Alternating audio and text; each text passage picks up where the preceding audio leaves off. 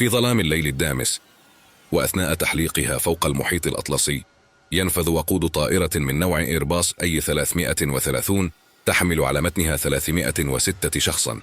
تنطفئ الأضواء ويسود صمت مرعب محل صوت وضجيج المحركات، وفجأة تبدأ الطائرة بفقدان الارتفاع بشكل سريع متجهة نحو الماء. تندلع الفوضى بقمرة الركاب، ورغم محاولات القبطان اليائسة ظلت الطائرة خارجة عن السيطرة. فما الذي حدث بالضبط هنا؟ هل هو عطب تقني أم خطأ بشري؟ هذه هي قصة رحلة طيران ترانزات رقم 236.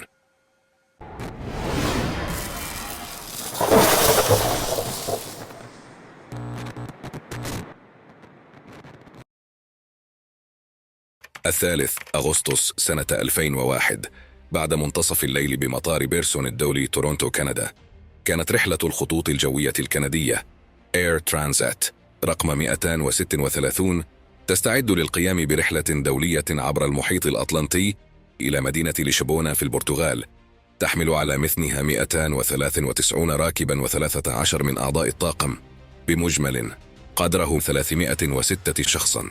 تستغرق هذه الرحلة ما يصل إلى 7 ساعات بطائرة إيرباص أي 330. بالعودة إلى الطائرة، كان جميع المسافرين وأفراد الطاقم يتجهون إلى مغامراتهم الخاصة. نحن نتحدث عن عائلات في إجازة ومسافرين من رجال الأعمال، لقد كانوا يمضون يومهم بشكل عادي غير مدركين للرحلة المجنونة التي هم على وشك القيام بها. كانت طائرة إيرباص أي 330 المستخدمة في هذه الرحلة قد دخلت في الخدمة منذ 2 فقط، ووقتها كانت تعتبر من أكثر الطائرات تطوراً وأماناً. كان قائد الرحلة الكابتن روبرت بيتشي 48 عاماً، الذي يحمل تحت جناحه خبرة 16,800 ساعة طيران بأنواع مختلفة من الطائرات، منها 796 ساعة على متن طائرة إيرباص أي 330. وكان يرافقه في هذه الرحلة الضابط المساعد ديرك دي جيجر، البالغ من العمر 28 عاماً. كان يتمتع بخبرة 4800 ساعة طيران، منها 386 ساعة على متن طائرة إيرباص أي 330. بمجرد صعود جميع الركاب، بدأت عملية دفع الطائرة نحو المدرج على 9:09 بالتوقيت المحلي الموافق ل1 بعد منتصف الليل بتوقيت غرينتش. وبعد الانتهاء من جميع الفحوصات الضرورية، بدأت الطائرة في الإقلاع. أقلعت الرحلة 236 في اتجاه لشبونة. بعد دقائق قليلة فقط أصبحت الطائرة على ارتفاع 39,000 قدم، واستقرت على هذا العلو. وبما أن الطائرة كانت مقررة لتصل إلى لشبونة في الصباح، ونظرا لطول وقت الرحلة، كان الركاب يستعدون للنوم. أما بالنسبة للطيران، فلم يكن لديهما الكثير لفعله باستثناء مراقبة أنظمة الطائرة والتحقق من كمية الوقود. مرت الساعات 4 الأولى من الرحلة بسلاسة، لكن على 4:38 وبعيدا عن علم الطاقم، تطور مشكل كارثي. بدأت الطائرة في تسريب الوقود من خلال كسر تطور في خط وقود المحرك رقم 2 في الجناح الأيمن. مع اقتراب الرحلة من قطع نصف المسافة، يتلقى الطيران تحذيرا غريبا وغير متوقع على شاشاتهم. لقد كان تحذيرا متعلقا بانخفاض درجة حرارة الزيت وارتفاع ضغط الزيت في المحرك رقم 2 بالجناح الأيمن للطائرة. لم يختبر الطيران قط هذا النوع الغريب من التحذيرات، فعادة ترتفع درجة حرارة الزيت بدلا من الانخفاض بعد إقلاع الطائرة. لجأ الطيران فورا إلى دليل تشغيل الطائرة في محاولة لفهم هذه التحذيرات الغريبة، لكن بدون جدوى. اتصلوا فورها بمركز الصيانة التابع للشركة بمونتريال، ونتيجة لذلك اشتبه الكابتن بيشي في أنها كانت تحذيرات كاذبة، وشارك هذا الرأي مع مركز مراقبة الصيانة الذي نصحهم بالاستمرار بمراقبة الوضع، وأنهم بمجرد أن يفهموا المشكلة سيتصلون بهم مرة أخرى. أثناء انتظارهما، بقي الطيران يبذلان جهدهما لفهم الأسباب التي شغلت هذه التحذيرات، مع مرور كل دقيقة بدأ التوتر يتصاعد داخل قمرة القيادة. بقي الوضع على ما هو عليه، وعلى 5:00 صباحا تلقى الطيران رسالة جديدة على شاشات الكمبيوتر، مفادها أنه يوجد تدفق غير متساوي للوقود بين الأجنحة، حيث أنه يتواجد بالجناح الأيسر كمية أكبر من الوقود من الجناح الأيمن. إن مثل هذا الخلل يعتبر نادرا، ولكن ليس خطيرا بشكل كبير. للتعامل مع مثل هذا الوضع يقوم الطيار بفتح صمام تغذية الوقود المتقاطع ليسمح للوقود بالتدفق من جناح لآخر، مؤديا لمعادلة كمية الوقود بين الجناحين. ما لم يعلمه الطيران هو أن فعلهما أدى إلى تغذية جناح يسرب الوقود. بعد 10 دقائق من القيام بذلك تلقى الطيران تحذيرا مفاده عدم وجود وقود كاف في الطائرة للوصول إلى وجهتهم. هنا بدأت الأمور تصبح أكثر جدية، فبما أن الطائرة في وسط المحيط بدون أي وسيلة للوصول إلى وجهتها، لم يكن أمام القبطان أي خيار سوى القيام بهبوط اضطراري في أقرب مطار وفي أسرع وقت ممكن. كان خيارهم الوحيد في هذه المرحلة والهبوط في قاعدة لاجيس الجوية في جزر الأزور. فورها اتصل القبطان بمراقبة الحركة الجوية بمطار لاجيس، وأبلغهم أنه بسبب نقص الوقود يتعين عليهم القيام بهبوط في المطار. في ذلك الوقت لم يتبقى لدى الطائرة سوى 7 أطنان من الوقود، أي 6% فقط من سعتها الكاملة.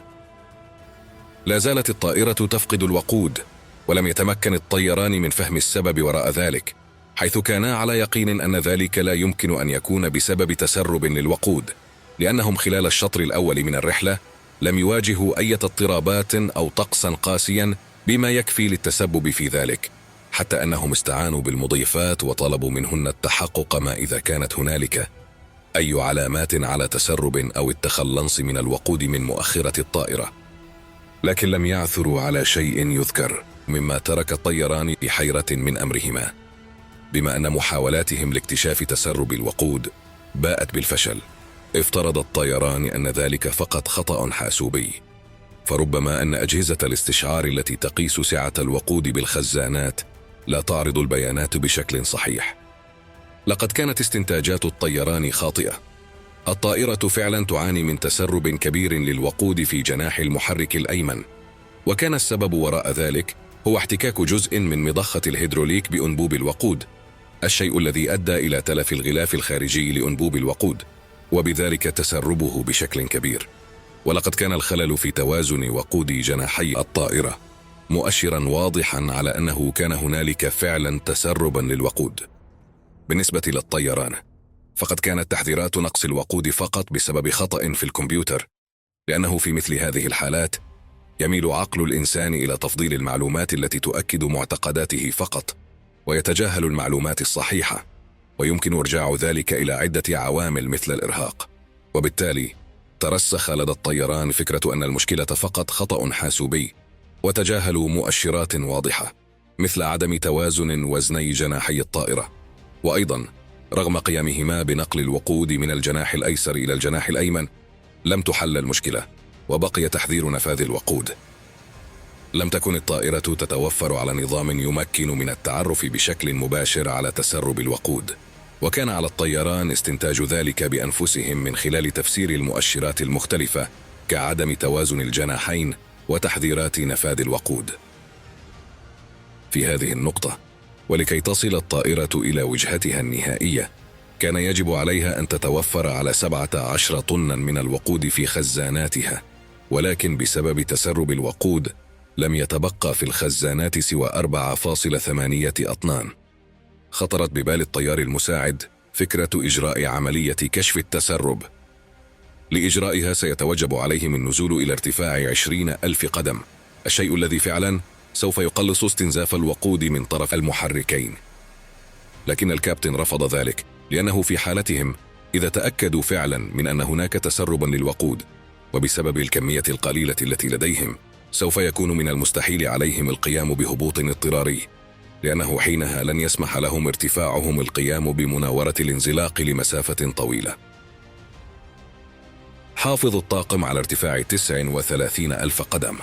لقد كان قرار الكابتن في محله، ففي 6:13 توقف المحرك الأيمن عن العمل.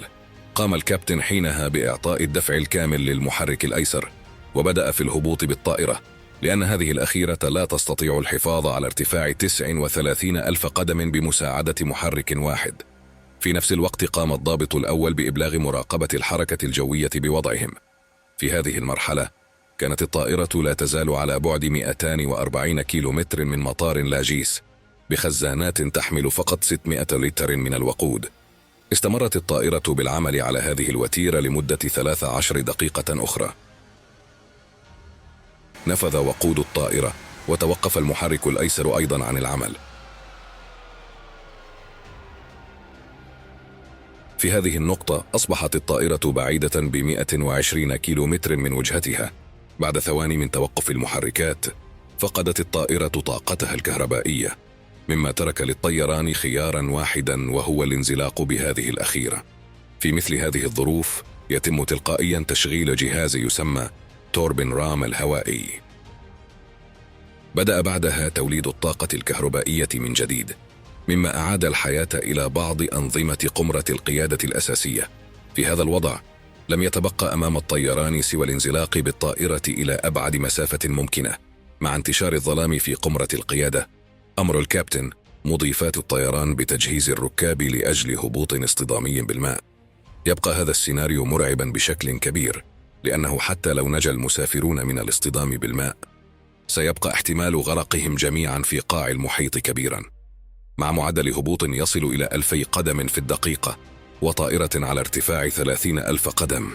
فهذا يعني أنه خلال 10 دقائق التالية ستفقد الطائرة كل ارتفاعها، سواء تمكن القبطان من الوصول إلى المطار أم لا، الشيء الذي زاد من وطأة الضغط على طاقم الطائرة. الكابتن الآن يواجه وضعا لا يحسد عليه، فإن طائرة إيرباص 330 ليست بطائرة شراعية، وتعطل 2 من الأنظمة الهيدروليكية الثلاثة، جعل من الصعب التحكم في ميلان الطائرة، كما تعطلت العديد من الأنظمة الرئيسية الأخرى، بما في ذلك حواجب الجناح وعاكسات الدفع. كل هذا لم يصعب فقط عملية التحكم في الطائرة، بل حتى لو تمكنوا من الهبوط فإن إيقاف الطائرة على المدرج سيكون أمرا صعبا للغاية. في مطار لاجيس قام مراقب برج حركة الطيران بإضاءة وإطفاء أضواء المدرج لمساعدة الكابتن على رؤيته من مسافة بعيدة. ساعد هذا الفعل طاقم الطائرة على التأكد من أنهم على المسار الصحيح، وساعدهم أيضا على توجيه الطائرة نحو المطار. يتوجب على القبطان الآن تحريك الطائرة بلطف شديد مع الحفاظ على سرعة لا تقل عن 140 عقدة من أجل الاستمرار في توليد الكهرباء بواسطة جهاز توربين رام الهوائي، كما كان يجب عليه الحرص على عدم تجاوز سرعة 200 عقدة، الشيء الذي شكل تحديا كبيرا للقبطان. الطائرة الآن على بعد 13 كيلومتر فقط من المطار، وعلى ارتفاع 13,000 قدم، وهو ارتفاع كبير جدا.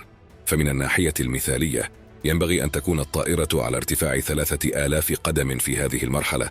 أيقن وقتها القبطان إنه إذا حاول خفض ارتفاع الطائرة فإنها ستفقد سرعتها وقد لا تصل إلى المدرج. ولتفادي ذلك قام بدوران قدره 360 درجة، وذلك من أجل خفض ارتفاع الطائرة مع الحفاظ على سرعتها. في نفس الوقت قام الضابط الأول بإنزال عجلات الهبوط ومد اللوحات الموجودة على أجنحة الطائرة.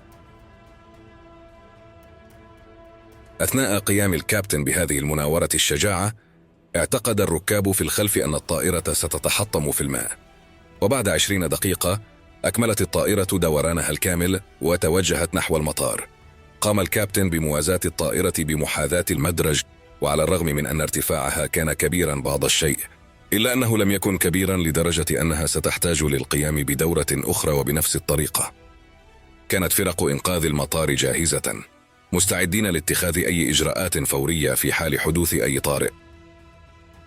عند اقتراب الطائرة من المدرج كانت سرعتها تصل إلى 200 عقدة، ولأن معظم أنظمتها لا تعمل لم يتمكن الطيران من تقليل سرعتها، ففي عمليات الهبوط يجب أن تكون سرعة الطائرة حوالي 145 عقدة.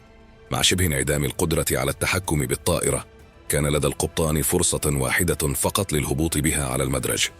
بسبب السرعة الزائدة اصطدمت عجلات الهبوط بقوة، مما تسبب في ارتداد الطائرة، ثم هبطت مرة أخرى. انفجرت 8 عجلات من العجلات 12 للطائرة. كان سرعة الطائرة عالية جدا، ولم يكن من السهل إبطاؤها بدون حواجب الجناح والدفع الخلفي للمحركات. بمجرد أن شغل القبطان مكابح الطائرة التصقت العجلات، وبدأت هذه الأخيرة بالانزلاق فوق المدرج. تضررت إطارات عجلات الهبوط بشكل كامل من الانزلاق، لكن بطريقة ما توقفت الطائرة أخيرا قبل انتهاء المدرج. رغم اندلاع حريق في إحدى عجلات الهبوط اليسرى، إلا أن جميع الركاب وأفراد الطاقم تمكنوا من النجاة من هذه المأساة المرعبة. تم إجلاء الجميع بسرعة من الطائرة، وتمكنت فرق الإطفاء المتواجدة على المدرج من إخماد الحريق بسرعة. بعد الحادث نظر إلى الطيارين والطاقم على أنهم أبطال، وتم استقبالهم بترحيب حار، وذلك لأنهم قاموا بأطول انزلاق بطائرة ركاب في تاريخ الطيران. وما هو أهم من ذلك، لم يفقد أي شخص حياته في هذه الحادثة. بعد بضعة أيام بدأت تطرح التساؤلات حول كيفية نفاذ وقود الطائرة فجأة، وبعد التحقيق أصبح واضحا أنه لو اتبع الطيران الإجراءات التي تتعلق بتسرب الوقود أثناء توجههم نحو مطار لاجيس، لتبقى لديهم ما يناهز 4 أطنان من الوقود في الطائرة بعد الهبوط. فكما ذكرنا سابقا، فربما بسبب الإعياء النفسي والإجهاد لم يتوصل الطيران إلى أن الطائرة فعلا كانت تسرب الوقود. بالنسبة للسبب الحقيقي وراء تسرب الوقود، فهو في الواقع كان خطأ فنيا نتج عن تركيب جزء غير صحيح في النظام الهيدروليكي من قبل موظفي صيانة إير ترانزات كجزء من الصيانة الروتينية. وقد تم استبدال المحرك بمحرك احتياطي أعارته شركة رولز رويس من طراز أقدم لم يتضمن مضخة هيدروليكية. على الرغم من مخاوف الميكانيكي الرئيسي، سمحت شركة إير ترانزات باستخدام جزء من محرك مماثل، وهو تعديل لم يحافظ على تباعد كاف بين الخطوط الهيدروليكية وخط الوقود. هذا النقص في التباعد بمقدار مليمترات من الجزء المقصود سمح للاحتكاك بين الخطوط بتمزيق خط الوقود، مما تسبب في التسرب. رغم ارتكاب الطيارين لخطأ فادح بعدم تعرفهما على تحذيرات تسرب الوقود، إلا أنهما فعلا يستحقان الثناء على طريقة تعاملهما مع الموقف. بعد هذا الحادث قامت شركة إيرباص بتعديل أنظمة الكمبيوتر الخاصة بها. يقوم الكمبيوتر الموجود على متن الطائرة الآن بفحص جميع مستويات الوقود ومقارنتها بخطة الرحلة، وهو الآن يعطي تحذيرا واضحا إذا تم استهلاك الوقود بما يتجاوز معدل استهلاكه المحدد للمحركات. لقد مر 22 عاما على هذه الحادثة، ولا زال قبطانها بيتشي ليومنا هذا يحافظ على رقمه القياسي لأطول انزلاق بطائرة ركاب، أو ما يسمى بالديد ستيك لاندنج، أي هبوط العصا الميتة. كانت هذه قصة رحلة إير ترانسات رقم 236 التي لا تزال إلى يومنا هذا تعتبر واحدة من أكثر الحوادث شعبية في تاريخ الطيران.